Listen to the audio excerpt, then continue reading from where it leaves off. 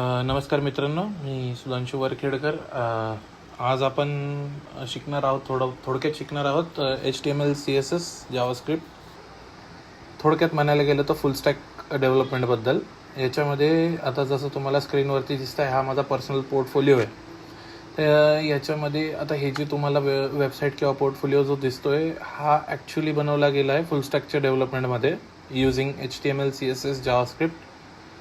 Basically या तीनच गोष्टी यूज केल्या आहेत याच्यामध्ये ॲज अ प्रोजेक्ट म्हणून. तर याच्यामध्ये HTMLचं जे काही काम आहे ते आहे या प्रोजेक्टचं फाउंडेशन करणं, म्हणजे कुठल्या गोष्टी कुठं प्रॉपर मॅनेज होतील किंवा ॲडजस्ट होतील आणि कुठल्या गोष्टी कुठं दिसल्या पाहिजे आपल्याला, हे सगळं करण्याचं काम आपलं HTML करतं. HTML म्हणजे हायपरटेक्स्ट मार्कअप लँग्वेज, जी काय म्हणतो आपण पायथॉन आहे आपल्या वेब डेव्हलपमेंटचा. त्याच्यामध्ये आहे. आता हे जे यूज करतो आहे आपण HTML, याच्याने आता जसं तुम्हाला हा कोड दिसत असेल, जो कोड आहे हा पूर्ण HTMLचा कोड आहे. इंडेक्स फाईल म्हणतो आपण याला. तर या इंडेक्स फाईलमध्ये आता प्रत्येक लाईन टू लाईन एक गोष्टीचा कोड लिहिला गेलेला आहे. तर जे काही तुम्ही पोर्टफोलिओमध्ये पाहिलं, त्या प्रत्येक गोष्ट ही लाईन टू लाईन याच्यामध्ये एक्सप्लेन केली गेलेली आहे. आणि आता जे तुम्ही डिझायनिंग वगैरे पाहिली किंवा जी फंक्शनॅलिटी त्याच्यावरती दिसत होती, ती होती युझिंग CSS आणि जावास्क्रिप्ट. तर CSS म्हणजे कॅस्केडिंग स्टाईल शीट म्हणून त्याचं नाव आहे. त्याच्यामध्ये CSS मध्ये तुम्हाला आता डिझायनिंग कशी करतात HTML पेजेसची किंवा आपल्या वेबसाईटची, हे तुम्हाला थोडक्यात करता येतं CSS मध्ये. आता CSS मध्ये तुम्हाला डॉट ऑपरेटर यूज करून टार्गेट करावे लागतात जे काही तुम्ही फंक्शन्स बनवलेत HTML मध्ये, त्यांची डिझायनिंग, त्याच्यानंतर त्यांचं बिहेवियर हे तुमचं जावास्क्रिप्ट त्याचं डिसाईड करतं की तुम्ही त्याला कसं डायनॅमिक बनवू शकतो.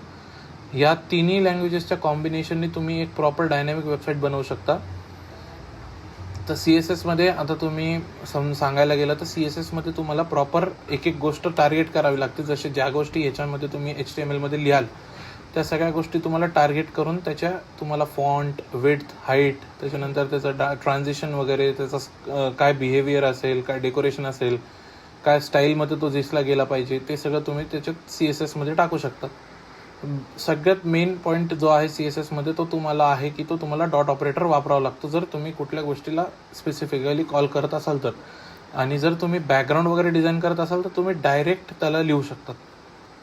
जसं मग ट्रान्झिशन 1 किंवा तुम्ही मार्जिन वगैरे सेट करू शकता, टेक्स्ट एरिया वगैरे सगळं. त्याच्यानंतर आता पुढे येऊ आपण जावास्क्रिप्टवरती. आता जावास्क्रिप्ट जी आहे, बेसिकली जावास्क्रिप्ट यूज केली जाते पूर्ण बिहेवियर प्रोजेक्टचं डिफाईन करण्यासाठी आपलं, की कुठला बटन, कुठलं फंक्शन, त्याच्यानंतर काय जे काही तुमचं आहे ते काय प्रकारे बिहेव करेल. तर बिहेवियरला सेट करण्यासाठी याच्यामध्ये भरपूर फंक्शन्स असतात. समजा कॉन्स्टंट फंक्शन आहे, फॉन्ट फेस फंक्शन आहे, त्याच्यानंतर तुमच्याकडं नेव बार आहेत, ते सगळं. त्याच्यानंतर ॲड इव्हेंट ऑन एलिमेंट्स म्हणून फंक्शन्स असतात. त्याच्याने तुम्ही जे बिहेवियर आहे बेसिकली ते कंट्रोल करू शकता तुमच्या प्रोजेक्टचं. ह्याच्यामध्ये जे आहे, आता याच्यामध्ये बघा, तुम्ही लेट फंक्शन यूज करून तुम्ही त्याचे कंडिशन्स वगैरे बनवू शकतो. आता जसं आपण आता शिकतोय ग्रॅज्युएशनमध्ये किंवा कॉम्प्युटरचे जेवढे काय तुम्ही हे बघत असाल, त्याच्यामध्ये तुम्हाला इफ आणि एल्स कंडिशन्स तुम्हाला माहिती असेल C आणि C++ मध्ये ज्या यूज केल्या जातात. सेम तुम्ही जावास्क्रिप्टमध्ये इफ आणि एल्सच्या कंडिशन करून, एक कंडिशन ट्रू असेल तर त्याला फेच करून तुम्ही एल्समध्ये त्याची अपोजिट कंडिशन लावून ते पण करू शकता. त्याच्यानंतर कॉन्स्टमध्ये जे काही आहे ते तुम्ही इझिली एक्सप्लेन करू शकता. आणि जावास्क्रिप्ट ही एवढी डीपमध्ये आपल्याला यूज करण्याची गरज पडत नाही जर तुम्ही फुल स्टॅकमध्ये काम करत असाल तर. फुल स्टॅकमध्ये तुम्हाला जी जावास्क्रिप्ट लागते ती एकदम बेसिक जावास्क्रिप्ट लागते. जसं तुम्हाला जावास्क्रिप्टची जास्त गरज पडेल तर ती तुम्हाला सुरुवात होती मन स्टॅकमध्ये. आणि आता हे झाल्यानंतर आपण पुढचा टॉपिक बघणार आहोत, तो आहे DSA. तर DSA म्हणजे काय, तर DSA stands for data structure and algorithm. याच्यामध्ये आपण बेसिकली हे शिकतो की आपण कोडिंग सगळ्यात बेस्ट पद्धतीने कशी करू शकतो without any loss of data or storage. आता याच्यामध्ये आपले बरेचसे अल्गोरिदम्स येतात, जसे की ॲरेज, त्याच्यानंतर डेटा लिंक लिस्ट, त्याच्यानंतर स्टॅक्स, क्यूज, ट्रीज, ग्राफ्स. अल्गोरिदम्समध्ये येतात आपल्याकडं सॉर्टिंग, सर्चिंग, ट्रॅव्हल्सल, रिगर्शन, त्याच्यानंतर आता या सगळ्या गोष्टींमध्ये डेटा स्ट्रक्चर्सचे जे हे टाईप्स आहेत याच्यामध्ये आपण प्रॅक्टिकली डेटा स्टोअर करतो आणि अल्गोरिदम्समध्ये आपण हे चेक करतो की या गोष्टी आपण किती बरोबर पद्धतीमध्ये किंवा किती चांगल्या पद्धतीने आपण त्याला स्टोअर करतोय आणि ॲक्सेस करतोय. याच्यामध्ये आता मेन पॉईंट असा आहे की आपण DSA का शिकायला पाहिजे, तर बेटर कोडिंगसाठी आपल्याला सगळ्यात जास्त हेल्प करतो, ज्याच्याने आपलं स्टोरेज सगळ्यात कमी लॉस होतो आणि आपली कोडिंग कमी स्पेसमध्ये सगळ्यात जास्त ॲक्युरेट येते. त्यानंतर कॉम्प्लेक्स प्रॉब्लेम्स आपण इझिली सॉल्व्ह करू शकतो, ज्याच्याने जसे की आता कोड करताना समजा काही इश्यूज आपल्याला बरेचसे जनरेट होतात, जसं की बरेच लॉजिक आपल्याला लागत नाहीत, तर ते लॉजिक्स पण इझिली आपण जसं आपलं DSA बेटर होत राहतं तसं आपले लॉजिक्स पण बेटर होत राहतात. इंटरव्ह्यूजमध्ये आता तिसरा पॉईंट हा आहे की इंटरव्ह्यूजमध्ये DSA most of the common point आहे जो विचारला जातो. तर DSA जर तुमचं इंटरव्ह्यूमध्ये जर तुम्ही एक्सप्लेन केलं तर तुमचे हायर होण्याचे चान्सेस वाढतात. त्याच्यानंतर जसं सांगितल्याप्रमाणे ऑप्टिमाइज रिसोर्स युसेज, ह्याच्याने तुमचं तेच साध्य होतं की तुम्ही कमीत कमी जागेमध्ये जास्तीत जास्त चांगली कोडिंग कशी करू शकता. तर याच्यामध्ये की मॅट्रिक्स म्हणून एक प्रकार असतो टाईम अँड स्पेस कॉम्प्लेक्सिटीमध्ये. तर टाईम कॉम्प्लेक्सिटी म्हणजे असं की किती स्पीडमध्ये तुमचा जो कोड आहे तो एक्झिक्यूट होऊन तुम्हाला ॲक्युरेट रिझल्ट देतो आहे. आणि स्पेस कॉम्प्लेक्सिटी म्हणजे की किती कमी जागा किंवा किती जागा घेऊन तो प्रॉपर एक्झिक्यूट होतो आहे. त्याच्यानंतर आता डेटा स्ट्रक्चर्स म्हटल्यानंतर त्याच्यामध्ये 2 प्रकारचे डेटा स्ट्रक्चर असतात मोस्टली. त्याच्यामध्ये असतं पहिलं म्हणजे लिनियर डेटा स्ट्रक्चर, दुसरं म्हणजे नॉन लिनियर डेटा स्ट्रक्चर.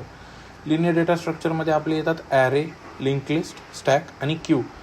आणि नॉन लिनियरमध्ये येतात आपले ट्री आणि ग्राफ. आता ॲरे म्हणजे काय, तर इंडेक्स्ड व्हॅल्यूज असतात, प्रत्येक व्हॅल्यूला एक इंडेक्स जनरेट केलेला असतो. लिंक लिस्टमध्ये इंडेक्स बनवलेले असतात पण मागच्या याला पुढच्याचा इंडेक्स दिलेला असतो किंवा व्हाईस वर्सा, पुढच्याच्या याला मागचा इंडेक्स दिला गेलेला असतो. स्टॅकमध्ये एकावर एक ते स्टोअर केले जातात. आणि क्यूमध्ये एका लाईनीमध्ये म्हणजे जसं की जो सगळ्यात पहिले येईल त्याला सगळ्यात पहिले मिळेल, आणि स्टॅकमध्ये जो सगळ्यात शेवटी येईल त्याला सगळ्यात पहिले मिळेल. आणि ट्री म्हणजे ट्रीमध्ये आपल्याला नोड्स आणि सब नोड्स म्हणून प्रकार असतात, ते मिळतात आपल्याला. ट्रीमध्ये मग पॅरेंट नोड असतो, रूट नोड असतो, आणि मग रूट नोडमध्ये परत सब नोड असतो. आणि ग्राफ म्हणजे तुम्हाला माहितीच आहे, आपण ग्राफ प्लॉट करतो. त्याच्यानंतर तिसरा टाईप असतो हॅश टेबल आणि डिक्शनरीज.